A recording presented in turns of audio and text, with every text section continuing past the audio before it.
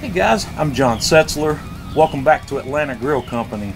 Today I'm going to fire up the Kamado Joe Classic and we're going to cook a beautiful rack of big DINO bones beef ribs. So let's get started.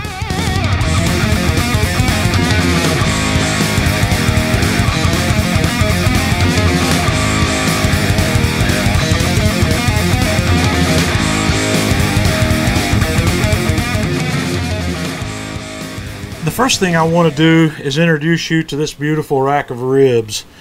This 3-bone rack, as you can see here from the edge, this guy weighs 6¼ pounds. It's just a monster.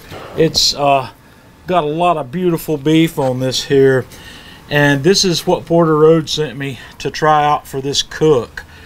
And what I'm going to do to season this guy is I'm going to use a 50-50 mix of the Man Cave Meals Pork Mojo and the Man Cave Meals AP Mojo. The AP Mojo is going to give me the nice salt, pepper, garlic combo that I like on beef, and the Pork Mojo is going to bring a little bit of smokiness and a little bit of sweetness from the paprika and the brown sugar.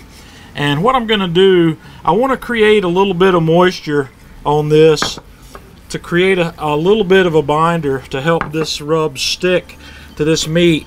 And I'm just going to use Worcestershire sauce for that, and I'm using that because it will still allow my salt to dissolve and break down. You don't want to use oil because that will keep your salt from dissolving and working its way into the meat. I like to pre-season my meat, as most of you know, so I'm going to pat a nice layer of this all over this rack of ribs. And once I get a nice layer of this on here, I'm going to put a little extra up here on the top, and we're going to let this sit here for about 10 minutes or so to let that start to bind really nicely. At this point in the game, you've got two options. You can go straight to your cook, or you can wrap this guy up in plastic like I've done and let it live in the refrigerator overnight. I like to pre-season my meat mainly for salt, and let that salt go to work on the meat for at least 8 hours before I'm ready to cook. So I'm going to put this back in the refrigerator, and this guy's probably actually going to get about 16 to 17 hours in the refrigerator before I'm ready to come back in the morning, fire up the Classic, and put this in the smoke. I've lit a fire in the firebox of the Kamado Joe 3 Classic here, and I've put a couple of chunks of post oak in there to give us a little smoke. So I'm going to set the grill grates in place. Actually, before I set the grill grates in place, I'm going to set my drip pan in there with it, and we'll set both of these guys in place. And then I'm just going to close the lid and crack the top vent. And then I'm going to let the flame boss do all the heavy lifting today. I'm going to set the pit temperature on the flame boss to run at 250 degrees for the duration of this cook. And while this grill's coming up to temperature, we'll go ahead and get those beef ribs out of the refrigerator. So I've taken those beef ribs back out of the refrigerator, and you can have a look at what they look like here. They've had that rub on these things all night, wrapped up tightly in plastic. So this guy's ready for the grill. I'm just giving the grill an opportunity to come up to temperature and get that nice thin smoke rolling. Alright, our grill's rolling along right at 250, and I've got a nice light smoke rolling there. So it is time to put this rack of ribs in the smoke. I'm just going to set it right there in the middle of the grill. We're going to close the grill up and let it do its thing. This is probably going to take somewhere in the neighborhood of 6 hours, but I will start my timer, and we're going to be back after I get a bark on here. We're going to do something a little different, so we'll be back to see you when that bark gets formed. We're about 2 hours into this cook, so we're just going to crack this open and have a look and see how things are going. Yeah, that's looking pretty good.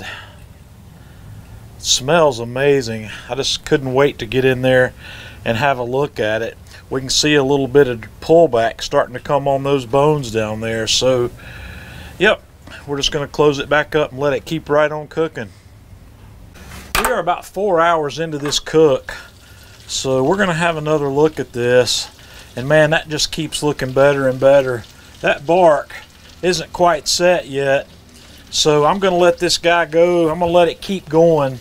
I think we're probably going to be looking at another 30 minutes to an hour before that bark sets up the way I like it. So this guy may or may not get any foil treatment, so we're going to be back in about another hour to have a look. We're about 4 hours and 45 minutes into this cook, and I'm pretty happy with how this is looking right now. So what I typically like to do at this point in the cook is foil my meat, but in this case I'm going to do something a little different. Instead of foiling it, I am just going to tin it with foil, about like that, which is still going to give us the breathability, and it's going to help us finish that cook up as well. So we'll be back when this is ready. We're at the 6 hour mark now, so we're going to have a look at these guys and see where we are. Oh yeah, that's still looking good. I'm going to do a probe test here.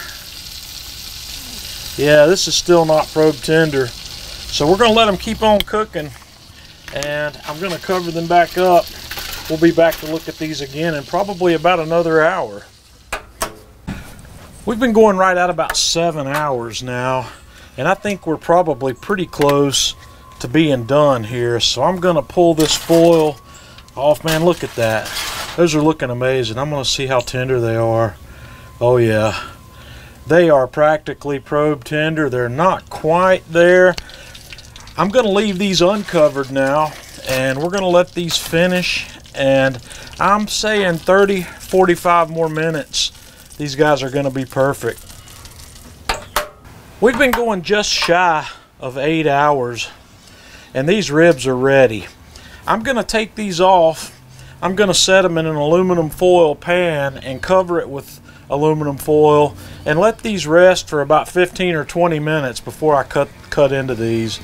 Okay, I've taken this out of the foil, and I've cut one down here where we can take a look at that. I just want you to feast your eyes on how tender and juicy that is on the inside. That is an absolutely amazing rib. So what I'm going to do is I'm going to take my knife here.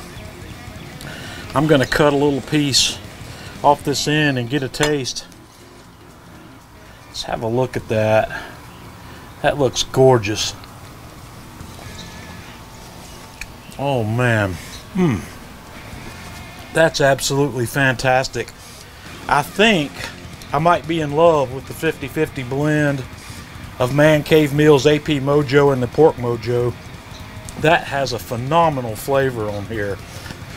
So guys, you're gonna have to try this. Like I said, this is a 3-bone rack of DINO bones from Porter Road Butcher over in Nashville, Tennessee. I'll give you a link to them in the video description, and you're gonna have to give these a try. Until next time, this is John Setzler with Atlanta Grill Company.